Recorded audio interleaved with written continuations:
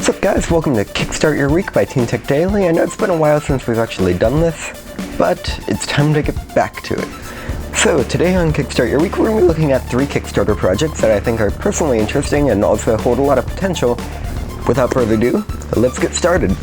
The first project I'm going to talk about is actually on the monitor behind me, but as you know, we put it up here and like the text down here. It is Scratch.wall. Now, I've been a long-time enthusiast of using projectors and TV displays to create experiences and other types of content rather than just showing content. For example, creating a 360-degree projected area where everywhere you look there's images and it makes you feel like you're moving and immersed in a scene.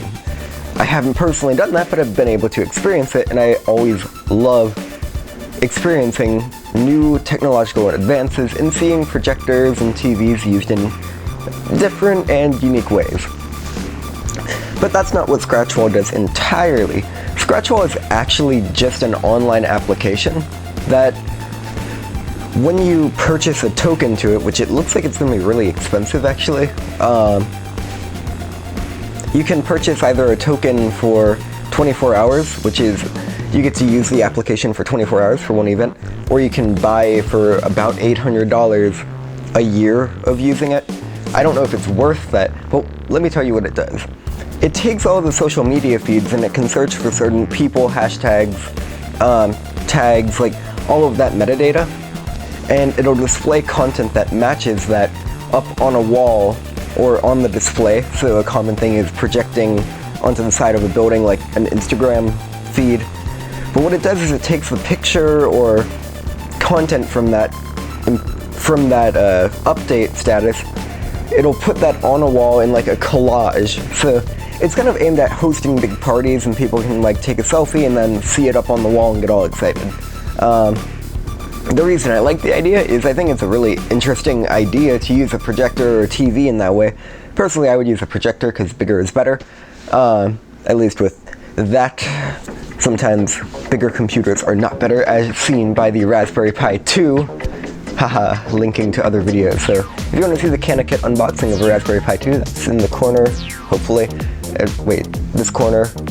I don't know, it's in the eye in the corner, and also the link is in the description below. Enough of that though. So, the Scratch.wall, what I think is cool about it is it takes all those social media feeds and puts it together and does a lot of that work for you, so that you just kind of push a video output to whatever you're displaying it on. What I don't like is that it's going to be so expensive. $800 for a year, in my opinion, is expensive. Though if you were like a club, or if you ran a company or something that, or an organization, like maybe a rental company that hosted parties or whatever,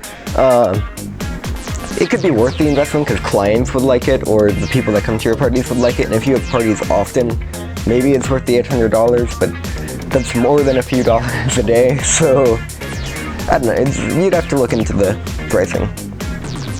But one of the other things that I think it's going to have trouble with is, I haven't checked, but I'm pretty sure that there are other competitors out there that do it slightly differently, but cost less or are free.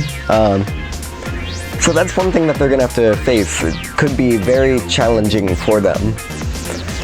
But enough of Scratch.wall. If you want to check that out, the links are in the description below and in the eye in the corner if I can get that to work this time.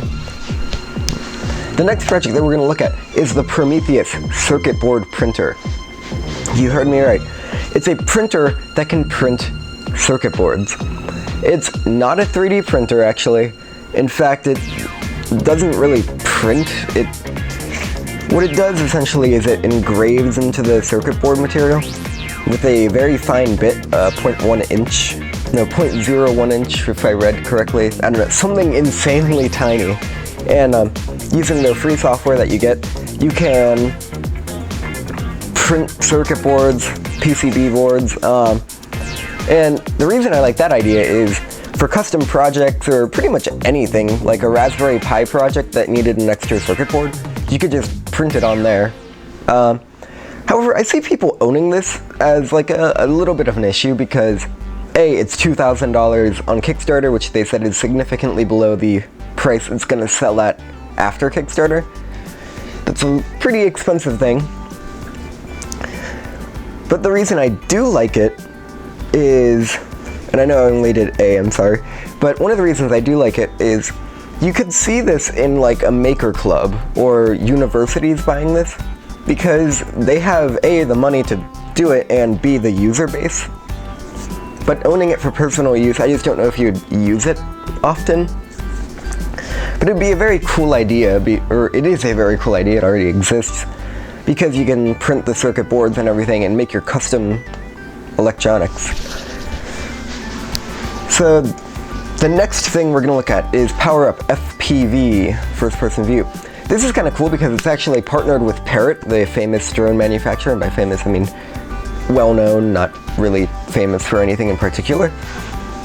The reason I like this is it's like a paper airplane with two propellers, so you can kind of get longer flights, but it's not like remote control, you have to constantly worry about it. It just flies kind of low on the ground. That's my understanding at least. It might fly higher if you lit it. But what it does is it streams from a camera back to a Google Cardboard headset, which is powered by your phone, so you get to experience first-person flight. It's just kind of a cool thing. You could like throw it down a sidewalk or something. I don't see any really good applications for it, but considering it's like $180, it could be a cool toy for an RC enthusiast, or not RC enthusiast, but like a first-person view and flight enthusiast person. And as it progresses, it might get more capability, but it's just kind of a cool idea.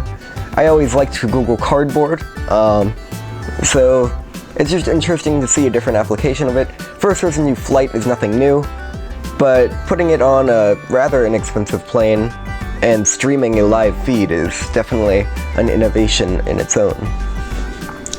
So all the links are in the description for those projects. I'm sorry I was kind of short on most of them except the first one. However, they will also be in the eyes in the corner, if I can get that. I'm sorry I didn't do that last time, but... So yeah, links in the description below. Be sure to like this video if you liked it, dislike if you thought it sucked. It really helps us when you subscribe as well, because that helps us get that helps us keep doing what we're doing. And be sure to check out these projects online. So thanks for watching, and we'll see you back here Wednesday with a video. I promise. We're gonna stay on schedule this time.